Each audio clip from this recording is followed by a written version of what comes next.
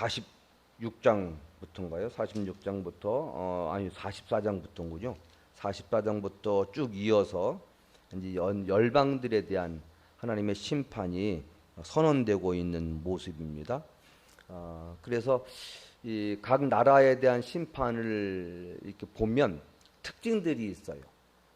특징들을 그러니까 하나씩 다 모으다 보면 하나님의 최후의 심판 때 심판의 양상이 어떠할 것인지를 대략적으로 가늠할 수 있습니다. 그러면 오늘 이 모압의 멸망을 예언하는 이 내용 속에는 어떤 특징이 있었습니까?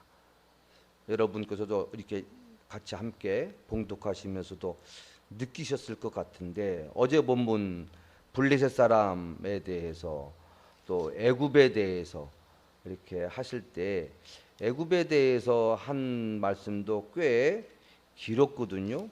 꽤 길었는데 오늘은 겨우 9절밖에 읽지는 않았고, 물론 내일 본문에 이어서도 쭉 나오긴 합니다만 아주 두드러진 특징이 하나 있었습니다. 그게 뭐냐면 지명들이 유난히 많다는 겁니다. 오늘도 보면 몇 개가 나오죠. 느보, 기랴다임, 미스갑, 헤스본, 만멘, 호로나임, 그리고 루힛, 또 그리고 몇 개 나오는데, 근데 내일 본문에 보면 내일 본문은 21절, 24절 가면 이거 플러스 11개가 더 나옵니다. 모압이 큰 지역이 아니에요. 남북으로가 한 100여 킬로밖에 되질 않다고 그래요. 남부 100여 킬로밖에 되지 않으면 1시간 반이면 가는 정도밖에 되지 않는데, 물론 이제 산지여서 그렇게 가기는 힘들겠지만 어떤 직선거리로는 아주 작은 나라에 불과한데 온갖 성읍들 이름이 질비합니다. 몇십 비가 이렇게 등장을 합니다. 사실 이제 우리가 모압에 대해서 모압 멸망에 대해서는 이 똑같은 평행 본문이 있습니다. 그게 이제 이사야 선지자에도 나와요. 이사야 선지자에도 15장에 나오는데, 에레미야 선지자 같은 경우는 이사야 선지자에 있는 내용을 거의 한 70% 정도 거의 동일하게 얘기를 하고 있습니다. 근데 이 모압에 대한 심판의 예언이 거꾸로 거슬러 올라가는 거죠. 예레미야, 그리고 이제 이사야, 그리고 더 거꾸로 거슬러 올라가면 아모스 때도 역시 모압에 대한 두서 가지 죄악을 내가 얘기한다. 그래서 모압에 대한 심판이 또 얘기가 나와요. 그러면 이게 가만히 보면 보세요. 이 아모스 때는 아모스의 활동 시기가 750에서 755년 사이예요. 그리고 이사야 때는 요 예언을 할 때는 687년에서 640년 경이에요. 그리고 예레미야 때는 627년에서 580년 사이입니다. 그리고 이제 실제로 멸망하는 때가 언제냐? 이제 역사가 요세푸스나 헤로도투스에 의하면 BC 582년에 정작 모압이 최종적으로 바벨론에 의해서 멸망을 당합니다. 그러니까는 최초의 멸망을 선언할 때부터 실제로 멸망할 때까지는 약 170년경이 걸려요. 그 긴 세월 동안. 그러니까 모압에 대한 멸망을 최초로 아모스가 할 때에도 모압에게는 아무 일이 일어나지 않았습니다. 그리고 한 몇십 년 후에 이사야 선지자에 의해서 예언이 될 때도 아무 일이 일어나지 않았고, 그리고 정작 당해 예레미야 선지자의 예언할 때도 당장은 일어나지 않았고, 물론 불과 한 몇 년 후에 모압이 실제로 멸망을 합니다. 그럼 이런 경우를 보면 이 모압에 대한 멸망을 얘기를 들었을 때 옛날에 한 100여 년 전에도 심판 선언했는데 가만 아무 일 없었다더라. 아무 일 없다. 그러다가 멸망을 당하는 겁니다.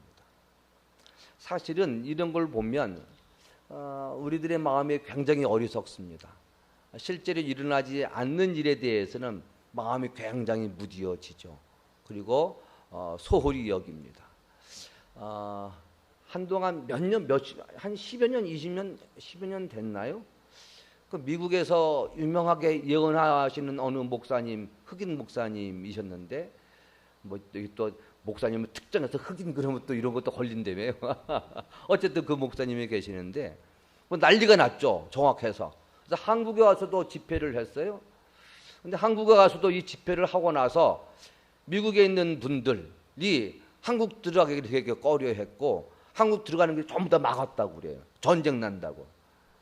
근데 제가 이제 그 사이 그분이 뭐 사이비까지는 아니어도 그분이 왜 유명하게 됐냐면 한번 무슨 매민가 하는 우리나라가죠 이거는 미국의 유명한 큰 태풍이 몰아닥치가 가지고 엄청나게 많은 사람이 죽었잖아요.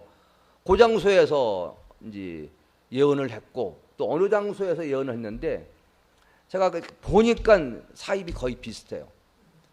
홍수 날만한 곳에서 홍수 예언을 내렸고요.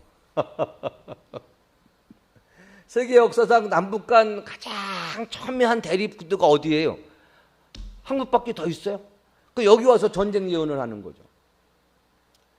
근데 그런 사이비 같은 분들도 계시지만 그러나 하나님의 예언만큼은 분명히 다르고 우리가 이런 얘기를 들을 때마다 벌써 세상 멸망에 대한 이야기는 꽤 오래전부터 해왔는데 지금은 아무 일도 일어나지 않아서 혹시 모압 멸망 예언할 때 모압 사람들이 그렇게 생각을 했는지는 모르겠어요.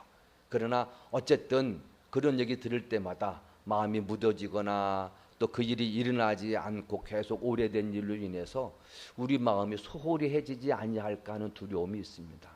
저는 그런 마음으로 오늘 말씀을 잠깐 묵상을 하고 귀를 기울였으면 어쩐가 싶습니다. 오늘 말씀에서 지명이 굉장히 많이 나온다고 그랬습니다.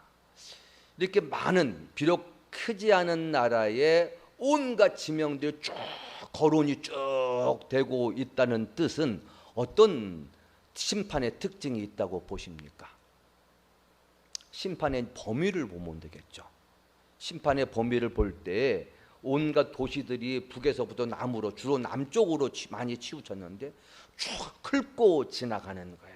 이곳이 이런 곳이 멸망할 따라 이름을 그럼 결국엔 모압 전체가 멸망을 당한다는 거예요. 소위 동막골이 없는 거예요. 동막골이라는 것이 더 이상 존재하지 않는다는 거예요. 전쟁을 모르고 지날 뻔한 동네가 결코 있을 수 없을 만큼 온 동네가 100% 철저하게 싹쓸이 소위 하나님 표현에서 보면 싹쓸이 한다는 거예요. 그만큼 하나님의 심판이 철저하다는 겁니다. 여기에 심판의 포인트가 있습니다. 하나님의 심판은 대충 넘겨가시는 법이 없으세요. 하시다가 그 동네 심판한 것을 잊어버렸네 이러시는 법이 없으신다는 겁니다. 잊어버리시거나 깜빡하시거나 혹은 놓치시거나 혹은 소홀히 혹은 대충 하시거나 이런 법이 없으시다는 거예요. 철저하게 하나님의 심판은 이루어진다는 겁니다. 그래서 사람이 하나님의 심판을 피하여서 피할 곳을 아무리 찾는다 하더라도 시편에 있는 시인의 표현처럼 네가 바위 밑에 숨는다 하더라도 하나님은 거기 계실 것이요. 음부의 자리를 펼치라도 하나님은 거기에 계신다. 도대체 하나님의 눈을 피할 곳이 없다는 거예요. 하나님의 심판을 모면하기 위해서 숨을 곳이 이 땅에 존재하지 않는다는 거예요. 이것이 단지 지명에만 관련되겠습니까? 우리 마음 가운데 있는 죄를 하나님이 보시고 죄를 정죄하실 때에 하나님 우리를 쫙 스캔하시는 거죠. 앞으로 암을 발견하는 스캐너가 나오는데 쫙 이렇게 훑고 지나가면 암이 어디 있는지 다 반응이 나온다는 거예요. 그래서 그 스캔만 하면은 이제는 1년에 한 번씩 그 스캔만 하면 암이 걸리게 하겠지만 초기에 발견 100%인 거예요. 그런 기계가 빨리 나왔으면 좋겠죠. 먹고 내시경하고 뭐 이런 거 필요 없이 가만히 누워있으면 스캔하고 쫙 지나가면 발견된다는 거 아니에요. 빨리 나왔으면 좋겠습니다.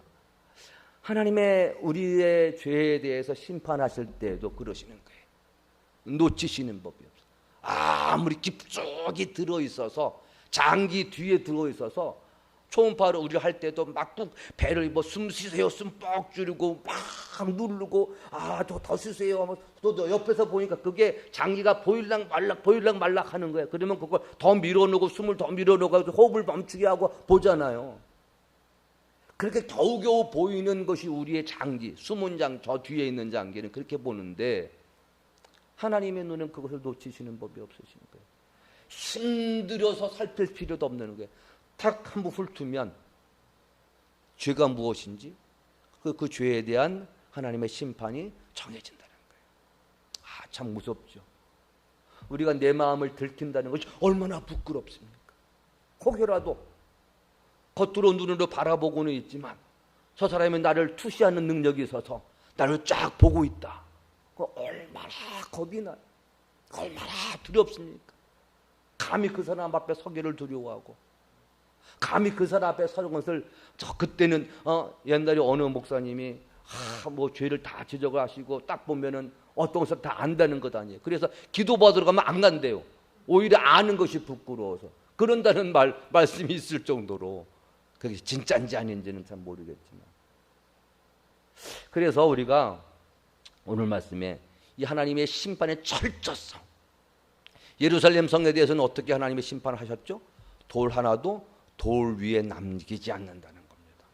물론 이런 심판이 역사 속에서 일어나는 심판에 대해서는 하나님의 과장법이 있긴 해요. 예레미야가 예루살렘 성 같은 경우에는 어때요? 돌 하나도 돌 위에 많이 남아있죠. 지금 예루살렘 성벽, 서쪽 성벽은 거의 온전히 남아있죠. 그래서 이스라엘 사람도 거기가 통곡의 벽이라고 하는 곳이 서쪽 벽인데요. 거기는 거의 많이 남아있어요. 그래서 거기서 아주 높죠. 그래서 거기서 통곡을 하고 울며 기도하고 랍비들은 막 율법서 암송하고 막 그런단 말이에요. 그래서 이런 부분들은 어떻게 보면 하나님의 과장 표현일 수도 있어요. 지상적인 하나님의 심판에 대해서는, 특별히 예루살렘 성에 대한 심판은 과장법에 들어가 있단 말이죠. 하지만 이것이 실제로 하나님의 최후의 심판 때는 이제는 이런 과장법이 아니에요. 시적 표현이 아니란 말입니다. 오늘 모압에 대한 멸망 예언도 9절까지는 다 시예요. 10절만 에세이예요. 그래서 10절은 이 9절 속에 9절 내용까지 포함이 되지 않는다는 학자들이 있어서 제가 오늘은 10절은 큐티 속에 포함이 되어 있지만 제가 읽지 않은 거거든요. 심판은 오로지 9절까지. 근데 전부 다 시적 표현이에요. 시적 표현이에요. 그래서 이 시적 표현은 암묵적 표현이거나 표현을 압축한 거기 때문에 그 실제로 그렇게 될 수도 있고 아닐 수도 있는 거예요. 그러나 그럼에도 불구하고 이 지명들만큼은 비록 명확한 불무명확한 그런 장소들이 대부분이기도 하지만, 그러나 이런 표현들을 볼 때 우리가 알 수 있는 것은 그만큼 하나님의 심판의 범위는 높고 철저하다, 이것입니다. 그러면 보세요. 우리는 절망하게 되죠.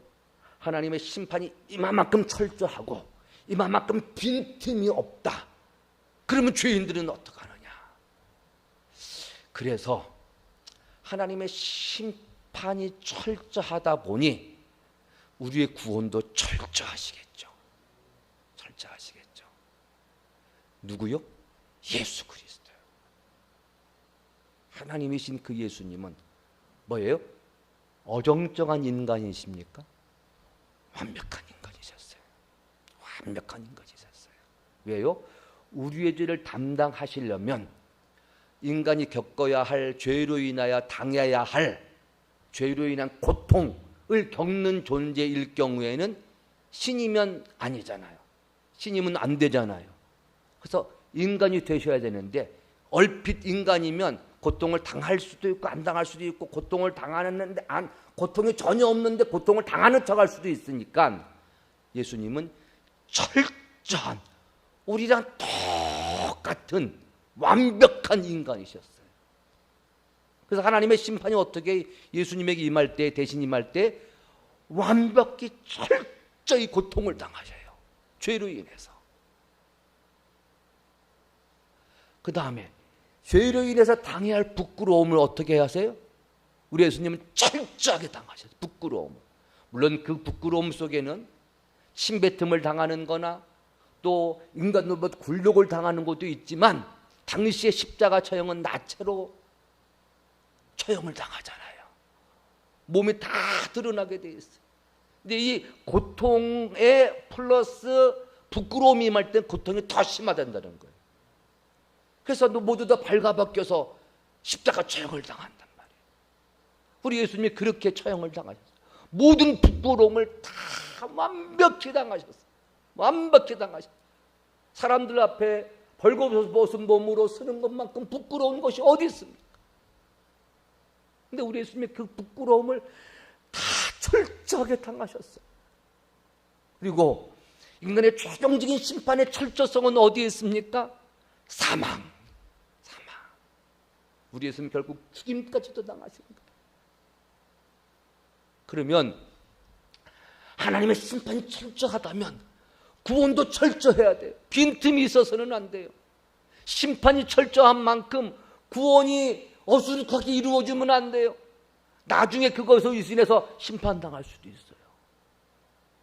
그래서 하나님의 심판에 대하여서 구원을 이루시기 위한 예수님의 형벌은 완벽히 철저하셨어요. 자, 그러면 또 하나가 남았죠. 뭐가 또 하나 철저해야 되죠?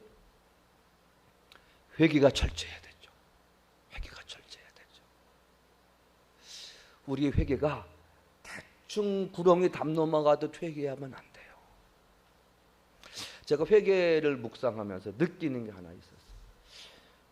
물론 이제 회개를 할 때 뭐 감정적으로 복받쳐 올라올 수도 있고 가슴을 막 칠 수도 있고 그럴 수도 있어요. 근데 어쨌든 대부분의 자연스러운 회개에 대한 반응이 이제 눈물을 흘리는 거예요.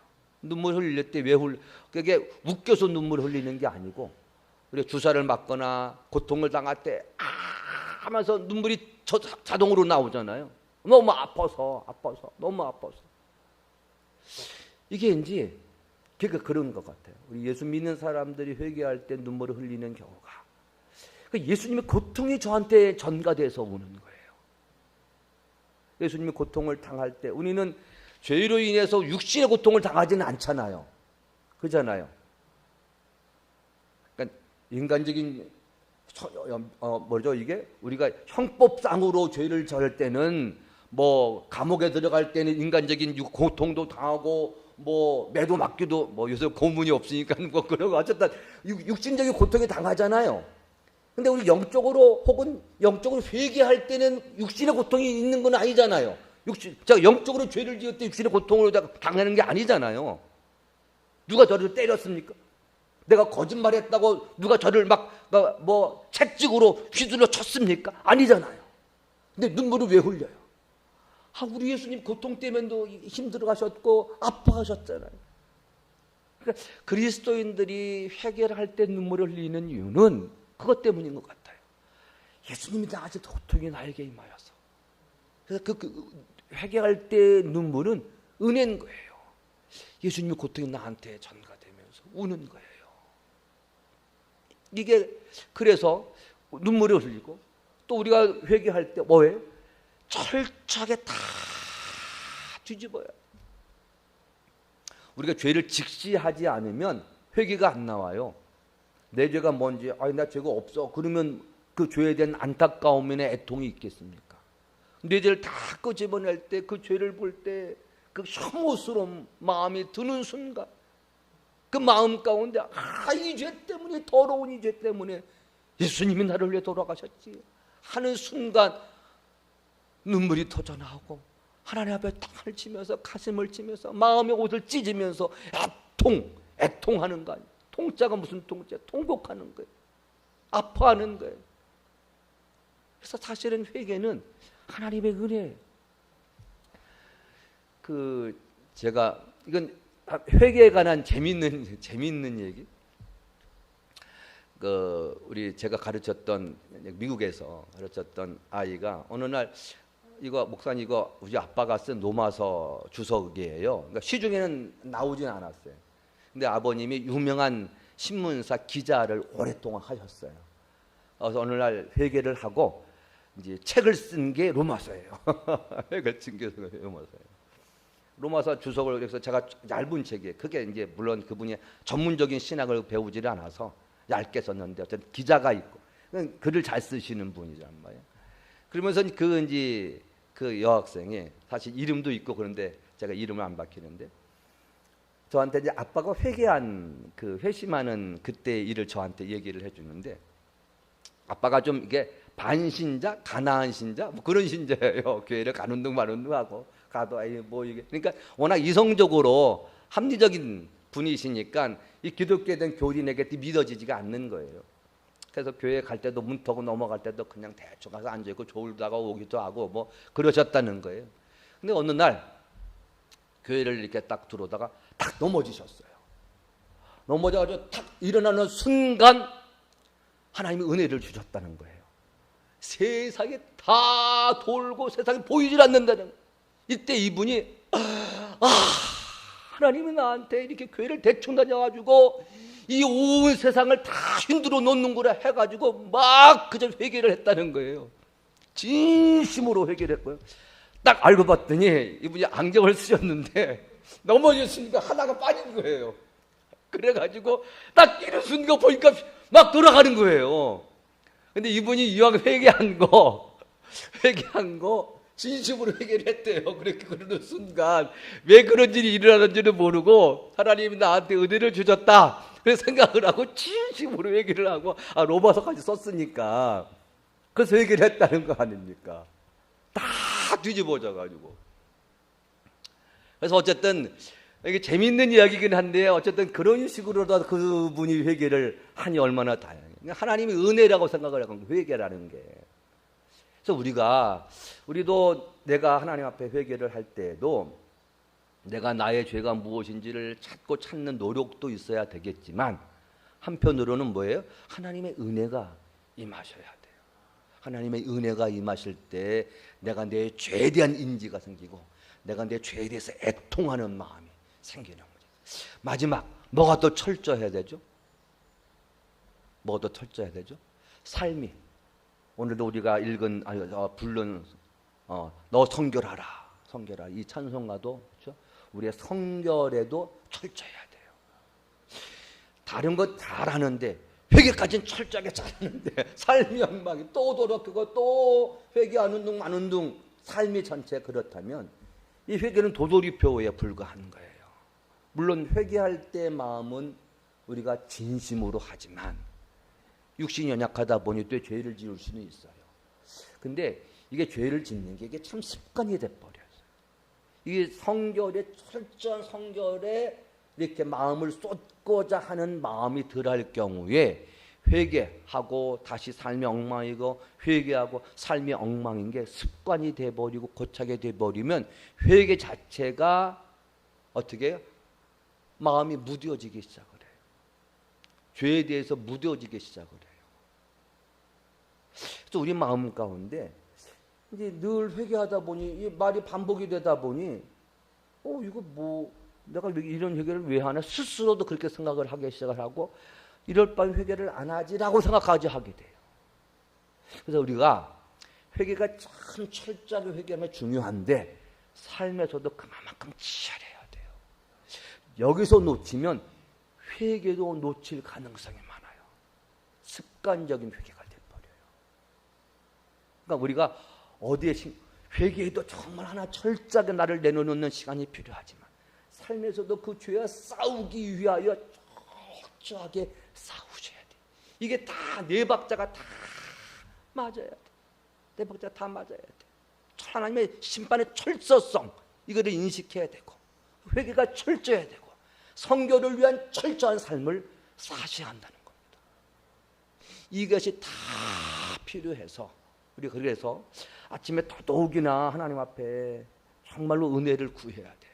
하나님 내가 오늘 하루를 어떻게 살아야 해? 그래서 이 아침 예배 혹은 이 기도 이 아침마다 주님 앞에 드리는 이 기도가 정말로 오늘 하루의 삶의 질을 결정을 해요. 철저하게 내가 지금 이제 나갑니다. 하나님, 내 삶에서 지금까지야 아침에 이렇게 보는데 별 뭐 큰 문제가 있었습니까? 그러나 이제부터는 삶의 현장으로, 지연한 현장으로 들어가게 되는 거예요. 이것을 무장하는 거예요. 이때 내가 조금이라도 한눈을 팔거나 조금이라도 마음을 긴장을 끈을 놓칠 경우에 나는 또 죄악으로 빠지는 거예요. 이것을 싸우기 위해서 또 성결에 철저해야 되는 거예요. 오늘 이 철저성, 하나님의 심판의 철저성, 회개의 철저성, 성결의 철저성, 이 세 가지 우리가 기억하셔야 됩니다. 그럴 때 우리의 삶이 하나님 앞에서, 물론 그러기도 하지만 역시 또 우리는 연약해서 또 내일 우리가 죄를 범할 수도 있어요. 하지만 오늘 하루의 삶의 질을 결정하는 이것이 얼마만큼 하나님 앞에서의 철저하게 자신을 쳐서 복종시켰느냐에 따라서 그 횟수나 빈도수, 강도가 점점 더 줄어가게 되는 줄을 믿습니다. 이것을 믿고 있을 적에 오늘도 우리에게 희망이 있는 것이지, 이 희망이 없이는 우리는 죄의 나를 맡기게 돼버려요.